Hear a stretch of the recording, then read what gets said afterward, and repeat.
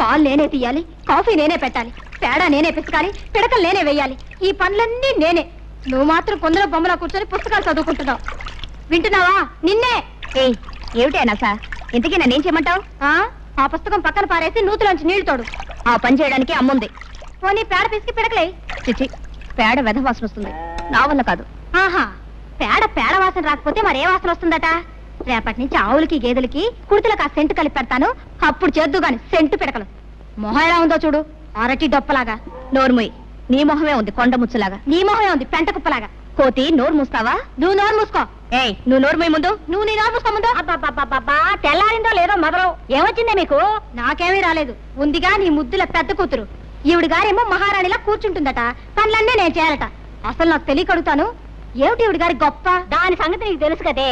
నువ్వు చేయగలిగినంత వరకు చెయ్యి, మిగతా పనులు నేను చేస్తాను. ఏమిటి అక్క చెల్లెళ్ళు ఇద్దరు చెట్టుపట్లు ఆడిపోతున్నారు? నువ్వేమైనా అన్నావా? అయ్యో, ఏమన్నా అంటే ఊరుకుంటారు మీ పిల్లలు? ఇది రోజు ఉండే భాగవతమే గాని ఎందుకో పిలిచారు చెప్పండి. ఓ 300 ఇవ్వు. 300? ఎందుకు? తర్వాత చెప్తాను, ముందు ఇవ్వు. ఏమిటండి తర్వాత చెప్పేది? ఊళ్ళో ఎవరికో ఏదో వచ్చి ఉంటుంది, తాగుతున్న అమ్మా అని తయారయ్యారు ఉపకారానికి. నెమ్మదిగా మాట్లాడు, ముందు ఇవ్వు. నేను ఇవ్వనండి. ఇవ్వవు? ఇవ్వను. నా కోపం వస్తుంది. ఏం చేస్తారు? ఏమైనా చేస్తాం. ముందు ఇవ్వు. నేను ఇవ్వనంతే. ఇవ్వమంటున్నాను. ఇప్పుడు చెప్పాను. Silence silence silence. తూర్పున సూర్యుడు ఇంకా దిద్దనే లేదు, మీరు అప్పుడే కాకా గాఘా మామాల దాకా వచ్చేసి గుణింతాలు దిద్దేసి చాచా చీచీలు అనేసుకుంటున్నారన్నమాట. మీకు బొత్తిగా భయం లేకుండా పోయిందిరా. అయినా వీధిలో అంతమందిని కూర్చోబెట్టి ఆడవాడితో తగురేట్రా నీకు? పద పద పద పద పద పద. అది కాదురా పంతులు, ఇప్పుడు ఆ సుబ్బన్నగాడు లేడు. ఎందుకు లేడు? ఉన్నాడు. వాడు పారిపోకుండా 2 మనుషులు పట్టు కూర్చున్నారు వాడిని. అది కాదురా, వాళ్ళ అమ్మకి జబ్బు చేసింది. మందు ఇప్పించకుండా ఎక్కడా ముసిల్దాన్ని చంపేస్తాడో అని నాకు భయమేసి వాడిని నానా చేవాట్లు పెట్టి, ఒరే వెధవా ఇంటికి రారా 300 ఇస్తాను అని చెప్పి. ఇస్తానంటారు. ఉపకారానికి ఊరిని ఉద్ధరించడానికి మనకున్న 25 ఎకరాల పొలాన్ని 5 ఎకరాలు చేశారు. 2 ఆడపిల్లలు పెళ్లికి ఎదిగిన ఎత్తి మీద కూర్చున్నారు. ఆ రాంబాబు దయదలిచి వ్యవసాయం చేస్తున్నాడు. కనీసం ఎరువుల కన్నా డబ్బు లేకపోతే ఏం బాగుంటుంది? ఆ డబ్బు తీసుకెళ్లి ఎవరికో ఇస్తానంటారు. మీరేనే చెప్పండి మాస్టారు, ఇలా అయితే ఈ సంసారం ఏం బాగుపడుతుంది? అర్థమవుతుందమ్మా, అర్థమవుతుంది వీడి వెధవ బుద్ధి. ఒరేయ్, కాస్త జాగ్రత్తగా వినరా. సంసారానికి మగాడు కూడికి లాంటి వాడురా. ఊరికే తెచ్చి పడేస్తూ ఉండాలి. భార్య గుణకారం లాంటిది. భర్త తెచ్చిన దాన్ని రెట్టింపు చేస్తూ ఉండాలి. పిల్లలు ఎలాగూ మైనస్లే కదా, అంటే తీసివేతలన్నమాట. ఒరేయ్, నీకున్నది 2 ఆడపిల్లలు, వాళ్ళకి పెళ్లిళ్ళు పేరెంటాలు చేయవా? ప్లస్ గా ఉండవలసిన నీవే ఇలా మైనస్ గా తయారైతే ఎలారా? కాస్త బుద్ధి తెచ్చుకోరా, కాస్త బుద్ధి తెచ్చుకోరా.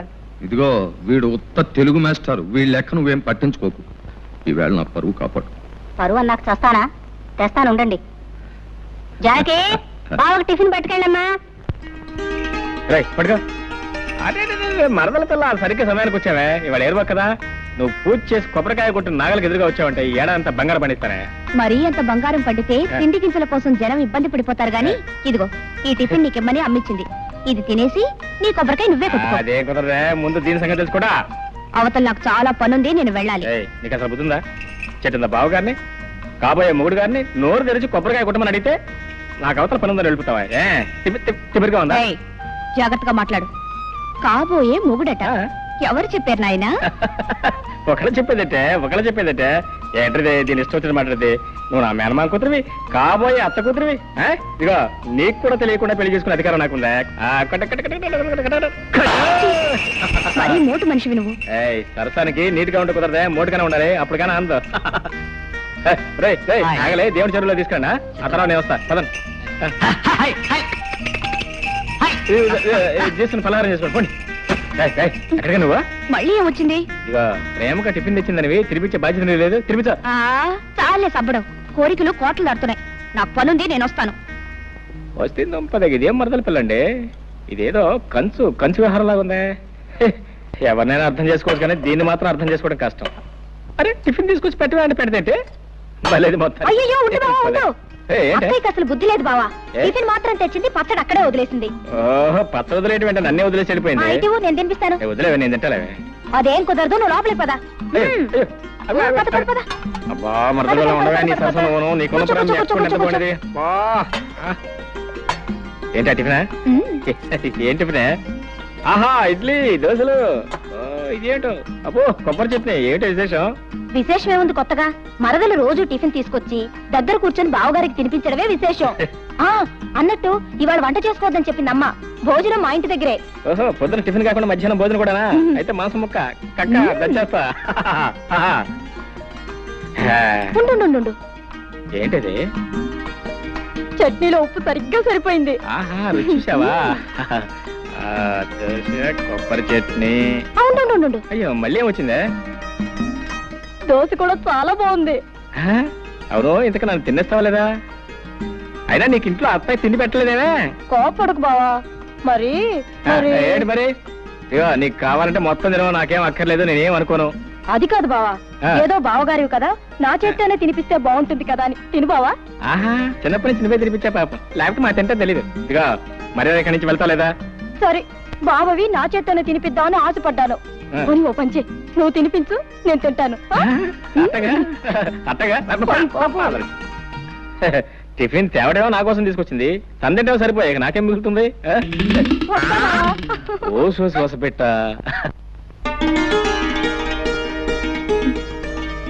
రావుడు గారు షావుకర్ కొబ్బరికాయలు డబ్బు పంపాడా? సాయంకాలం తెచ్చిస్తానన్నాడమ్మా. నన్ను వెళ్ళి వెంకని పిలుచుకో. అలాగేనమ్మా. రావులమ్మా, ఏమిటి అలా ఉన్నావు? పెద్దయ్య గారికి ఇప్పుడు 3 సార్లు కాఫీ తీసుకెళ్ళి ఇచ్చానమ్మా. తుప్పుకుని మొహాన్ని ఉమ్మేసి ఒకటే తిట్టడం మొదలెట్టారు.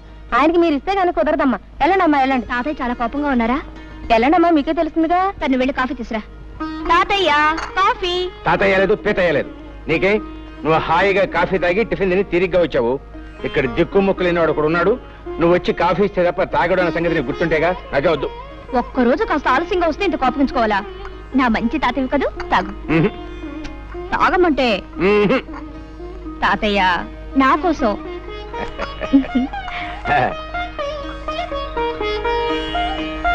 అబ్బా, అద్భుతంగా ఉందమ్మా.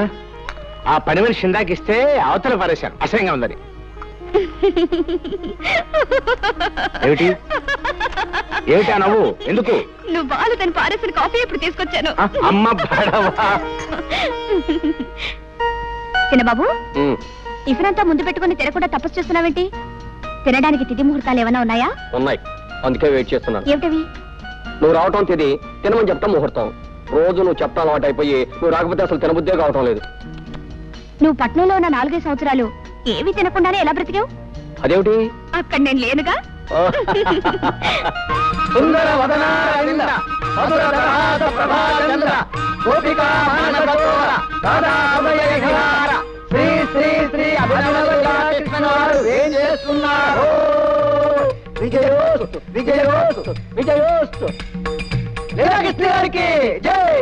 సర్వే జనా సుఖినో భవన్.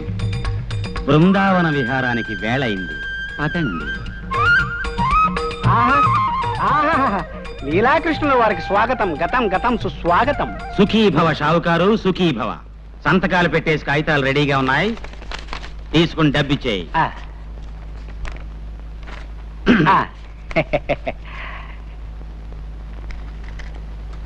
ఇదిగో బాబు, మాకు ఇవ్వాల్సిన బాకీ పోను, మిగతా మీ సొమ్ము తీసుకోండి. బాబు, సంవత్సరానికి ఇలా 4-5 ఎకరాలు అమ్మేస్తుంటే ఎలా బాబు? పిచ్చివాడా, అమాయకుడా, నీకిప్పటికి చాలా సార్లు చెప్పాను, మళ్ళీ చెప్తున్నాను విను. కృష్ణుణ్ణి నమ్ముకుని బతుకుతున్న వంశం మాది. మా తాతగారి పేరు గోపాలకృష్ణుడు. ఆవుల వ్యాపారం చేసి చాలా గడించాడు. ఫ్లూటు కచేరీలు చేసి ఆయన సంపాదించాడు. పోతే నా పేరు లీలాకృష్ణుడు. ఏమీ చెయ్యను. బృందావనం లాంటి పల్లెల్లో లీలలు మాత్రం చేస్తుంటాను. నీకు తెలుసుగా నా లీలలు? తెలియకపోవడం ఏంటండి, నెలకి 3 తగులు 6 జరిమానాలుగా వెలిగిపోతున్న మీ కీర్తి చుట్టుపక్కల 7 గ్రామాల దాకా పెరిగిపోయిందండి. నీకు అసలు బుద్ధి లేదయ్యా. లీలల గురించి మాట్లాడుతుంటే తగులు జరిమానాల గురించి చెప్తావేంటి? అర్థం లేకున్నాను. నీకో గీతారాశి చెప్తాను విను. మనిషి బతికేది అన్నాళ్ళు 100 ఏళ్లేగా. నువ్వు చెప్పేది 100 ఏళ్ల క్రితం మాట. ఇప్పుడు అన్ని హైబ్రిడే. బియ్యం హైబ్రిడ్, వంకాయల హైబ్రిడ్, ములక్కాయల హైబ్రిడ్. మొన్న మధ్యన పేపర్లో చదివాను, మనుషులు కూడా హైబ్రిడ్ వస్తున్నారంట. ఇవన్నీ సైజులు ఎక్కువ, సారం తక్కువ. అంచేత ఏ మనిషి 60 ఏళ్ల కన్నా బతకట్లేదు. నాకిప్పుడు 30 ఏళ్ళు. మహా బతికితే ఇంకా 30 ఏళ్ళు బతుకుతాను. ఉన్నది 60 ఎకరాలు. నాకా పెళ్లి పెటాకులు లేవు. అంచేత మా తాత ఇచ్చిన పొలం, మా నాన్న ఇచ్చిన బంగారం ఏడాదికి ఇంత నమ్మేసి జల్సాగా బతుకుతున్నాను. ఆహా, ఏమైనా మీ తెలివి గలబురండోయ్. అబ్బా, పెట్టేసావా దిష్టి? రే దిష్టి దిష్టి తీయండ్రా దిష్టి. వస్తుంది ఇరుగు దిష్టి, పొరుగు దిష్టి, ఈ ఊరు దిష్టి, ఆ ఊరు దిష్టి, వడ్డీ వ్యాపార దిష్టి, సారా కొట్టు దిష్టి, షావుకారు దిష్టి.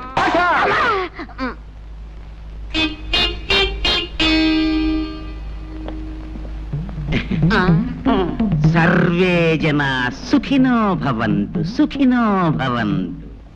ఒరే సింహం, నీ పద్ధతి ఏమి నాకు నచ్చలేదురా. నీ పద్ధతి నాకు నచ్చలేదు. ఏమిట్రా నా పద్ధతి నీకు నచ్చంది? నీకేమిటో నా పద్ధతి నచ్చంది. చెప్పమంటావా? ఊళ్ళో ప్రతివాడి అవసరానికి అడ్డం పడిపోయి ఉపకారం అనే పేరుతో ఉన్నదంతా తగలబెట్టేస్తున్నావు. రే పిచ్చి పంతులు, నన్ను మాట చెప్పమంటావా? మనిషి అన్నవాడు ఎవ్వరికీ ఉపయోగపడని బ్రహ్మచముడు తుప్పలా బతకూడదరా. 10 మందికి ఉపయోగపడే కరివేపాకు చెట్టులా బతకాలి. అది చూడు, కోసే కొద్దీ చిగురిస్తుంటుంది. మనం అంతే. అలాగే తాలింపులో వేసుకుంటారు, తినేటప్పుడు తీసి అవతల పడేస్తారు ఆ కరివేపాకుని. నీకు బుద్ధి ఉందిరా వేధవా? నువ్వే వెధవ. నువ్వే వెధవి. నువ్వే వెధవ. నువ్వే వెధవనా? వెధవి. నువ్వే వెధవన్నా వెధవి. నేనే వెధవనా? నేను వెధవనా? నువ్వు కాదు. నువ్వు కాదు. ఏంటి మామూలు ఇద్దరు పోరాడుకుంటున్నారు? ఏం లేదండు, ఏది చెప్పినా బెత్తం బుచ్చుకు మరీ బుద్ధి చెబుతాడు. నేనేం చంటుకురానా? పంతులు గారు కదా. అలా చెప్తే కానీ వీడికి బుద్ధి రాదు. సర్లే, ఎరువులకు పట్నం వెళ్తాన్నావు, వెళ్ళేటప్పుడు మీ అత్తయ్యని అడిగి డబ్బు తీసుకెళ్ళి. వెళ్ళక్కడ ఉంది డబ్బు. వెంకటకి ఎప్పుడో ఇచ్చేసాడు అన్ని వెదవకౌర్లు. నోర్మి. అది కాదండు. నాకు తెలిసిన మావయ్య, నువ్వు ఇలాంటిది ఏదో చేస్తావనే డబ్బు నేను సిద్ధంగానే పెట్టుకున్నాను. వస్తా పొలంలో పర్వాలేదు. సాయంకాలం రచ్చబండ దగ్గర తగు ఉంది. ఏది ఆ లీలాకృష్ణ గారు తగ్గనా? తొందరగా వస్తా పంతులు గారు. ఆగండి ఆగండి, పంచాయతీ పెద్దలారా ప్రజలారా శాంతించండి. అసలు జరిగింది చెప్పేస్తాను. ఆ అమ్మాయి నడిచి వెడుతోంది. నా చేతికి వాచి లేదు. టైం చూద్దామని పవిత్రంగా ఆ అమ్మాయి చేయబట్టుకున్నాను. అంతే, నేనేదో మానభంగం చేయబోతున్నానని భయపడిపోయి పీక తెగిన మేకలాగా అరవటం మొదలెట్టింది. నేను భయపడి నోరు నొక్కేశాను. ఇంతలో ఈ రాంబాబు వచ్చి నన్ను ఎడాపెడా వాయించేశాడు. అసలు నన్ను అపార్థం చేసుకుని అన్యాయంగా వాయించేసిన ఈ రాంబాబుకి వేయండి జరిమానా. యథాబద్ధాలాడు. నువ్వు ఆ అమ్మాయిని అల్లరి పెట్టావు కాబట్టి నేను చేయి చేసుకోవాల్సి వచ్చింది. మర్యాదగా నిజం ఒప్పుకో. ఏంటి అలా మీదకి వస్తున్నావు? మళ్ళీ వాయించేస్తావా? నీ మొహాన్ని నేను మళ్ళీ వాయించాలా? మర్యాదగా చేసిన తప్పు ఒప్పుకుని క్షమాపణ పెడుకున్నావా సరే, లేకపోతే నేను కాదు వీళ్ళంతా కలిసి అంటారు. మావయ్య, జరిగినట్టు చెప్పాను. తర్వాత తీర్పు మీ పెద్దల ఇష్టం. వస్తా. ఆడేమంటాడు, ఆడేం చేస్తాడా? ఆడికి వెయ్యాల్సిందే శిక్ష. సుబ్బమ్మ పట్ల ఈ లీలాకృష్ణ అసహ్యంగా అసభ్యంగా ప్రవర్తించినందుకు 500 రూపాయలు జుర్మానా విధించడమైనది. ఇది పంచాయతీ తీసుకున్న నిర్ణయం. ఏమంటావు రత్తయ్య బావా? ఇంకో 100 అయితే బాగుంటుందేమో. అయ్యా, నీ మాట ఎందుకు కాదనాలే? అలాగే ఇక మొత్తం 600.